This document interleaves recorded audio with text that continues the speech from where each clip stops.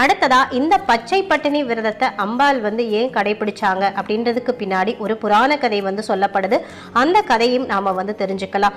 முன்னொரு காலத்துல மகிஷாசூரன் அப்படின்ற ஒரு அசுரன் ஈஸ்வரனை நினைத்து கடுந்தவம் செய்து தன் தவ வலிமையால பல வரங்களை பெற்று ஆணவத்தால் தேவர்களையும் முனிவர்களையும் கொடுமைப்படுத்திட்டு வந்தான். இதனால தேவர்களும் முனிவர்களும் அஞ்சி நடுங்கி இமயமலைக்கு போய் ஆதி பராசக்தியான அன்னை கிட்ட முறையிடுறாங்க. அன்னை மனம் இறங்கி புரட்டாசி மாதத்தில் நவராத்திரி விரதம் இருந்து புது பலம் பெற்று துர்க்கை சொரூபமாக அஷ்டபுஜத்துடன் கால சொரூபினியாக சிங்கத்தின் மீதமர்ந்து சூரனை வதம் செய்து தேவர்களையும் முனிவர்களையும் காப்பாற்றினாங்க. இப்படி அம்பாள் மகிஷாசூரனை வதம் செய்த பாவம் தீரவும் தன் கோபம் தனியவும் சோழ வளநாட்டின் தலைநகர் திருச்சிக்கு நேர் வடக்கே காவிரி வடகரையில் கொள்ளிடம் வேம்பு காட்டில் கௌமாரி அப்படின்னு பெயர் போண்டு சிவப்பு நிறம் கொண்டு மஞ்சள் ஆடை தரித்து உடல் முழுவதும் வாசனை புஷ்ப